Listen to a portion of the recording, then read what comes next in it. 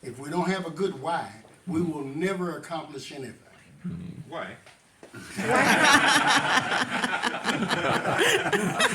Spune că Okay. cel mai bine întotdeauna să întrebăm de ce, pentru că dacă nu întrebăm de ce, nu o să ni se împlinească, nu o să împlinim niciodată nimic. And he says, why? Și el a întrebat de No, ce. there's understood. There's one in every bunch. Așa e, evrei fac așa. Câte un Understood. fiecare dintre noi. O să încerc să fructificăm totuși aceste câteva minute ca să nu cumva să intrăm în prelungiri ca la fotbal și o să spun în debut eu câteva cuvinte, o să încerc să Our spun Grandmaster will speak. de ce, pentru ce. Will say a few words. Okay, good. To explain why. Nu pentru ce a scris cartea, ci pentru ce ne aflăm noi. Why we are here. Good. Suntem And you aici, say a few words? I don't know if it's needed. I can speak. Always. suntem astăzi aici împreună pentru că Marea Adunare Regulară Europa Unită a găsit de cuvință We are here because the regular Grand Lodge Europa Unită să producă un fapt normal, un fapt firesc. Acela consider that it's normal to do acela a realizării unei comunicări fraterne între un frate care a scris o lucrare masonică to do a communication between a brother who wrote a Masonic book și un frate care a tălmăcit în limba română această lucrare pentru a înlezni and a brother who translated this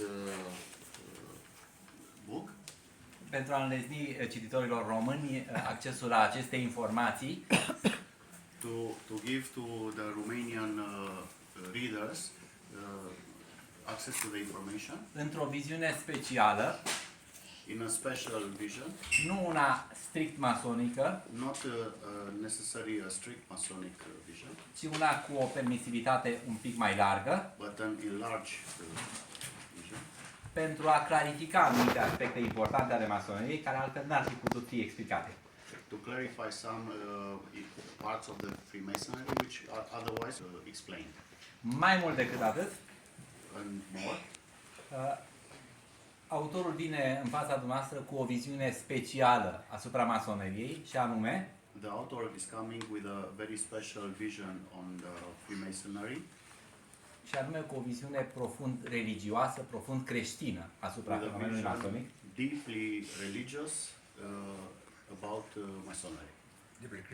Nu o să, Christian, yes. Nu o să încerc să divulg mai mult, mi-a făcut o mare bucurie să citesc înainte această carte, m-a ajutat ca să pot să sintetizez cât mai scurt în câteva cuvinte. Pot să spun doar că sunt fericit că suntem împreună aici. To speak too much, because I read before the book, I don't want to give you insights of the book. Și mai mult nici nu vreau să vă dezvălui pentru a vă lăsa plăcerea de a descoperi singur ceea ce este între copertele acestei cărți și o să dau în continuare And I will let you to discover what is in the și o book. să las în continuare distinșii din prezidiu să continue această scurtă introducere.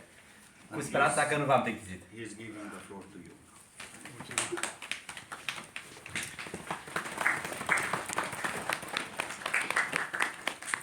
Thank you, thank you. This is an honor, and I deeply appreciate an opportunity to present to you our book, Masonic Maturity Through Scripture. It has been, after meeting and sharing it with Brother Ovidio, he asked about translating it, and then, of course, the rest is history. We're here at the grace of your Grand Master and the President of Soglia. So, since my translator is charging a lot of money to translate, you're not translating. I'm translating. Just taking the money. Este foarte bucuros să fie aici alături de marele nostru maestru și de mine care sunt președintele Soglia și de dumneavoastră, bineînțeles, în primul rând de dumneavoastră. Yeah. Okay. This is a first for me. So again, I am honored to be here. I'm honored that you're here, and Sunt onorat să fiu aici. okay, for me to slow down. Just to stop from time to time. Okay. The purpose of this book is Obiectivul not acestei cărți just for Masonic use. doar pentru folosință masonică. In the Masonic order, I have a saying that I say. We În can ordinul get masonic eu am o chestie pe care totdeauna o spun. we can get men, but if we don't get to the spirit of the man, we'll never get a Mason.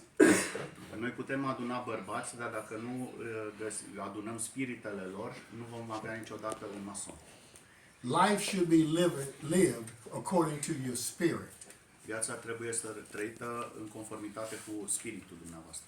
And this book is a good book to guide us to elevate our spiritual life and our connection with the great architect of the universe.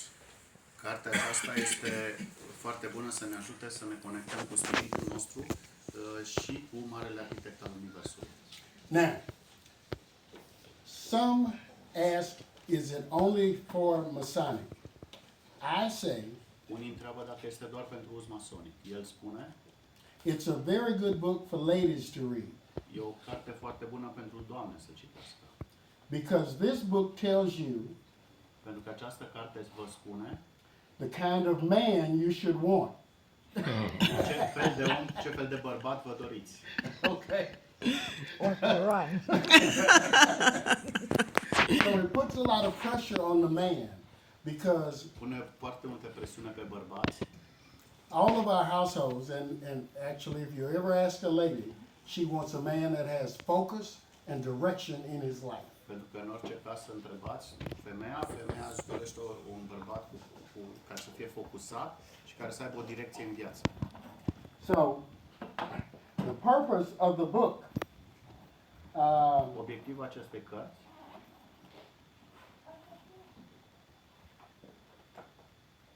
when I read a book, când eu citesc o carte, I write, I mark, I share scriu, marchez all the thoughts that come with my studying and reading. îmi pun toate gândurile în timp ce citesc și studiez această carte. And this book is designed to allow you Și această carte are un design ca să vă ajute. now. We all operate off of, or we all acknowledge that there's something told us to do or not to do a thing. That something is the spirit. Noi avem știința că trebuie să facem ceva sau vorbim prea des, dar totul este legat de spirit. And so that we have to wake up that spirit, and that's what this book allows you to do, is to strengthen the spirit. Trebuie să trezim acest spirit și această carte asta vă face, vă va trezi acest spirit. Fellas, have y'all played sports? Soccer, basketball? Jucați cumva sport, fotbal, basket? Nu. Okay. If you ever get to the point where you can do no wrongs, Dacă ajungi într-un punct în care nu poți să faci ceva greșit, everything falls in place. toată You- lumea la locul lui. You're operating off of the spirit. Lucrezi Now. din punct de vedere al spiritului. The purpose of this book is threefold. Obiectivul acestei cărți sunt de fapt trei. First, to aid you in identifying what gifts and talents you have. God-given gifts and talents. În primul rând să vă identificați ce talente aveți dumneavoastră, pentru că astea sunt cele pe care le primiți de la Dumnezeu. The second thing it's designed to do is to help you identify your purpose for those gifts. Slow down? Yeah. Okay, yes, ma'am. În al doilea rând este să descoperiți obiectivele pentru care ați primit aceste And then this book will help you develop the gifts and the talents that God and the great architect of the universe gave you. Iar în această carte, cu această carte vă ajutăm să vă dezvoltați aceste daruri pe care vi le-a dat Dumnezeu și Marele Arhitect al Universului. Once you understand Odată ce înțelegeți the three things that are supposed to come out of the book, cele three trei lucruri care reasons trebuie să vină din această carte, acele to trei read the motive, book, three reasons to read the book, you will experience three things.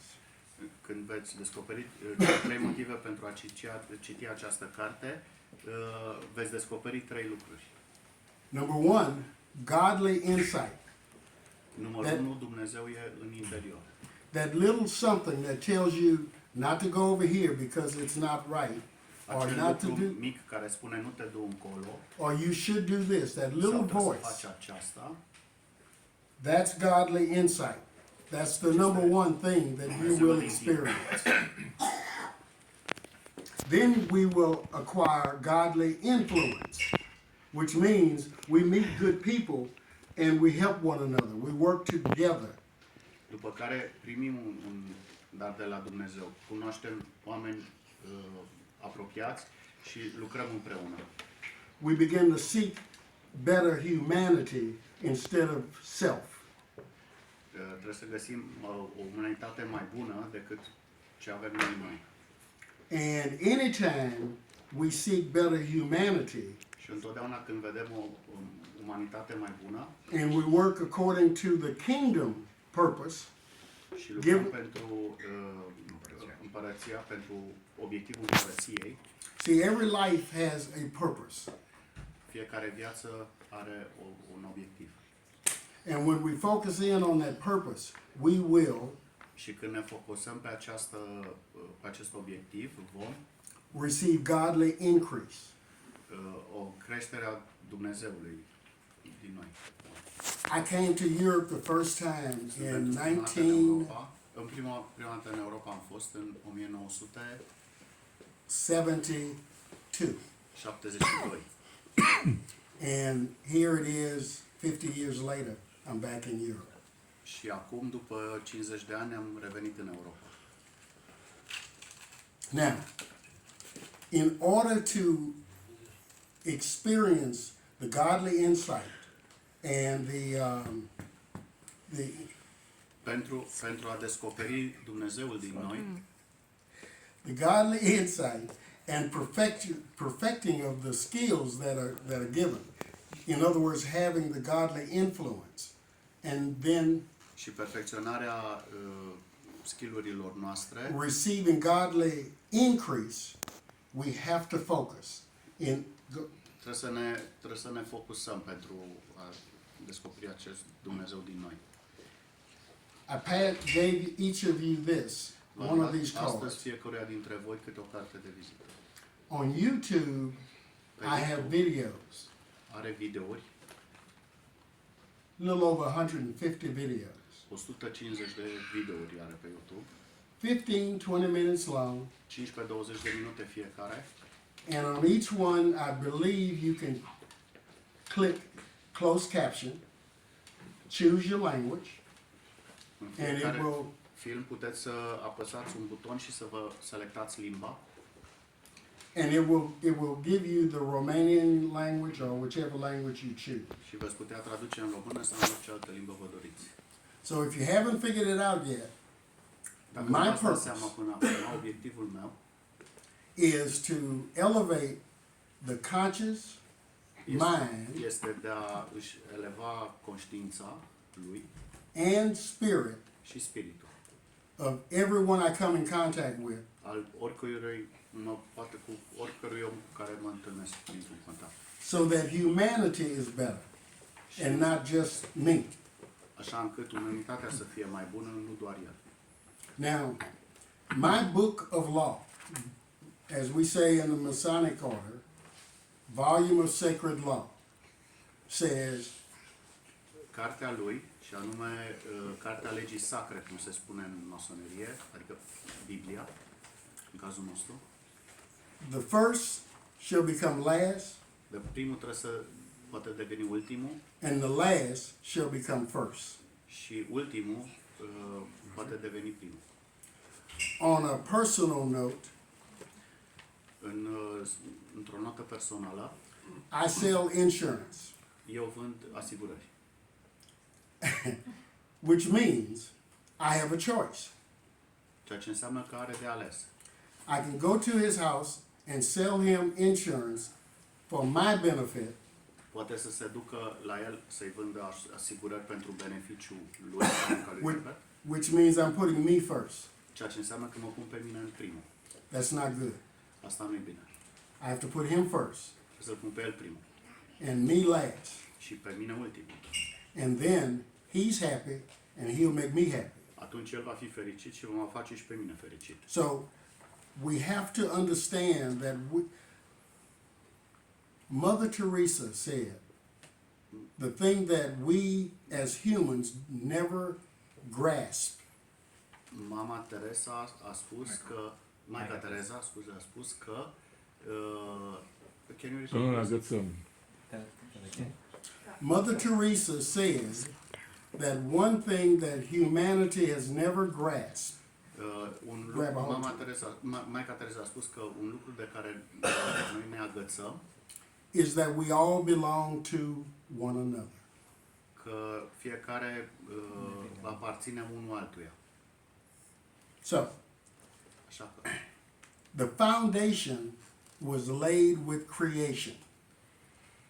And each one of us have to have principles and precepts that we live our lives by. Okay, ai zis multe. let me say it another way. Let me say it another way. We have to have a doctrine, a belief Trebuie să avem o doctrină, un crez, that we live by. pe baza căreia să trăim. And so when we have that belief, it's what propels us to do better for one another, Când avem această credință, ne face să fim mai buni, să facem unii în alții, to do better for our family, să facem mai bine pentru familia noastră, our community, pentru comunitatea noastră and humanity. și pentru umanitate. Now, I want to focus in on one specific video. I said 100. We have Mount Tabor has over 150 videos. Aș vrea să mă focusez pe un singur video de al meu, cu toate că am peste 150 de filme. So when you go to Mount Tabor Grand Lodge YouTube channel, Când mergeți pe canalul de YouTube al lui Marii Loji Tabor, I ask that you start with the video vă recomand să începeți cu videoul created January 12th, creat în 12 ianuarie 2018. 2018. The title is Abundant Life, Love, and Happiness. Titlul este Viața abandonată, Abundentă. iubită și Abundentă. Abundentă, iubită și prosperă. Abundant life, love, and happiness. This video, and I'm going to ask the translator to give him a copy of it. Thank you. If he can translate that into Romanian and distribute it. But what it does, îi dau translatorului meu să traducă în limba română și să o distribuie, adică de video. it addresses all 5 areas of our life: Aceasta adresează cele 5 arii din viața noastră. spiritual, Spirituală, family, familie, financial, financiară, physical, fizică and social. și socială. Those are the 5 areas that we have to be concerned with. Astea sunt cele 5 arii de care trebuie să avem grijă. And once we get a grasp on our spiritual life, Odată ce avem grijă de viața spirituală, family life, familie, financial life, financiară, physical, fizică and social, și socială, then we will elevate ourselves, our houses, our families. noi ne vom ridica pe noi, casele noastre și familiile noastre In our community. și comunitatea noastră. Ok. Thank you.